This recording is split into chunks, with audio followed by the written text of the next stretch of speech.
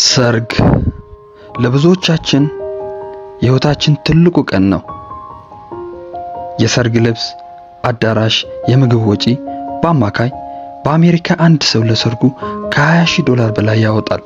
ነገር ግን ዛሬ የምናያት ሴት ይህንን ህግ ገልብጠዋለች። ስሟ ኬቲ ይባላል።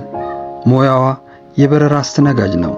እሷ ለሰርጓ ያወጣችው ወጪ $20,000 አይደለም፣ $5,000ም አይደለም፣ 500 የአሜሪካን ዶላር ብቻ ነው።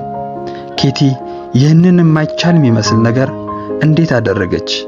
ዛሬ እጅግ አስገራሚ ወደ ሆነው የኬቲ የቁጠባ ዓለም እንወስዶታለን። ሰላም፣ እንዴት ናችሁ? ለዚህ ቻናል አዲስ ከሆናችሁ ላይክ፣ ሼር፣ ሰብስክራይብ ማድረግዎን አይርሱ። አብረን ይቆዩ።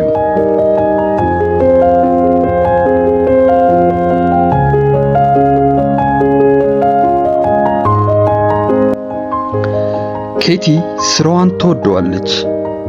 ነገር ግን ከደሞዟ በላይ የምትወደው አንድ ነገር አለ።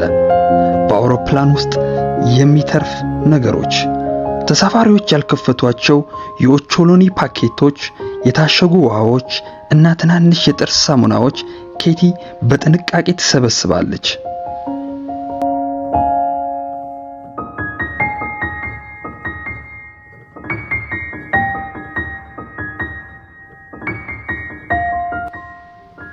ሰዎች ይህ ቆሻሻ ነው ይላሉ።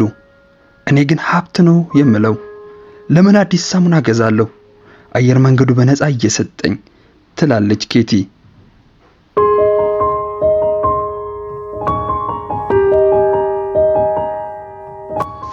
ይህ ቁጠባዋ ቤት ውስጥ ብቻ የሚቀር አይደለም። ለሰርጓ የሚሆን አፒታይዘር የምታዘጋጀው ከዚሁ ከአውሮፕላን በተረፉ የኦቾሎኒ ፓኬቶች ነው። እንግዶቿ የአየር መንገድ ኦቾሎኒ በሰርግ ላይ እንደሚበሉ ገና አላወቁም።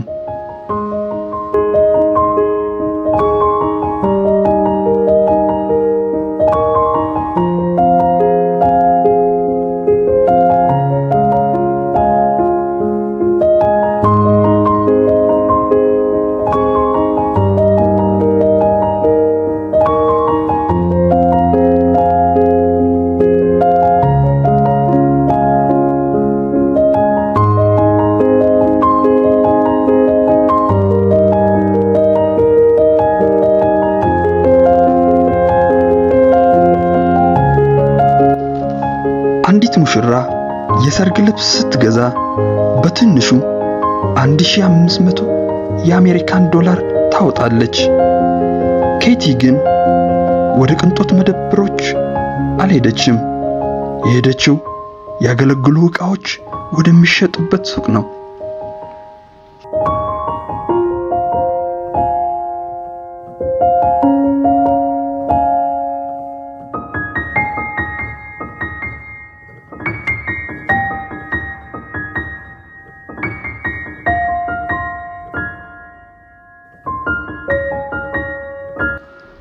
እዛም ቢሆን ትልቅ ቅናሽ ያለበትና ጥቂት እድፍ ያለበት ልብስ በጥቂት ዶላሮች ገዛች።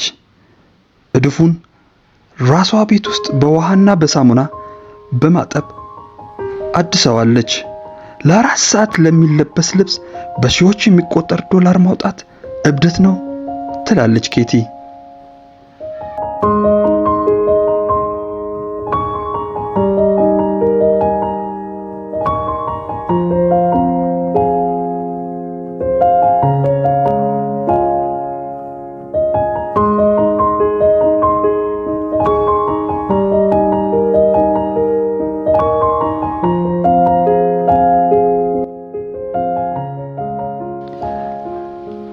አሁን ወደ ትልቁ አስገራሚ ዜና እንሂድ።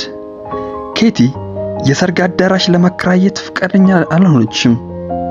በምትኩ ምን እንዳደረገች ታውቃላችሁ? አንድ የጤናና የውበት መጠበቂያ መደብር ስቶር ውስጥ በነፃ ለመጋባት ወሰነች። እጮኛዋ መጀመሪያ ላይ ደንግጦ ነበር። በመደብር መተላለፊያ ላይ እንዴት እንጋባለን ብሎም ጠየቃት። ኬቲ ግን መልሷ ዝግጁ ነበር። ቦታው ነፃ ነው፣ ደሞ መብራቱ በጣም ያምራል ስትል አሳመነችው። እንግዶች የሚቆሙት በሳሙናና በሻምፖ መደርደሪያ መካከል ነው። ምንም አይነት አበባ ወይም ቀይ ምንጣፍ አልተዘጋጀም። ለኬቲ ትልቁ ውበት ነፃ መሆኑ ነው። እናም ያ ቀን ደረሰ። እንግዶች በመደብር መተላለፊያ ላይ ተሰልፈዋል። ሙሽራው በጭንቀት እየጠበቀ ነው። ኬቲ በገዛችው ርካሽ ልብስ ታጅባ በመደርደሪያዎቹ መካከል መጣች።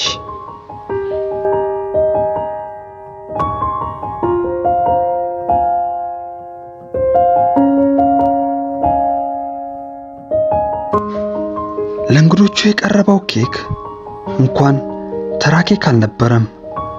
በጣም ቅናሽ የተደረገበትና ምናልባትም ሊያልፍበት ጥቂት ቀናት የቀሩት ነበር። ኬቲ ግን በደስታ ትስቃለች፣ ምክንያቱም ሰርጓን በ$500 አጠናቃለች። የኬቲ ታሪክ ለብዙዎቻችን እንግዳ ሊሆን ይችላል። አንዳንዶች ይህንን ትርጉም አልባ ጭንቀት ይሉታል፣ ሌሎች ደግሞ ከገንዘብ ባርነት ነፃ መውጣት ይሉታል። ኬቲ ግን አንድ ነገር አረጋግጣለች። ደስተኛ ለመሆን የግድ በሺዎች የሚቆጠር የአሜሪካን ዶላር ማፍሰስ አያስፈልግም። እናንተስ ለሰርጋችሁ ምን ያክል ብር ታወጣላችሁ? በመደብር ውስጥ ትገባላችሁ? አስተያየታችሁን በኮሜንት ስር አጋሩን። ቪዲዮአችንን ከወደዳችሁት ላይክ፣ ሰብስክራይብ ማድረጋችሁን አትርሱ። በሚቀጥሉ አስገራሚ ታሪክ እስክንገናኝ ቸር ሰንብቱ።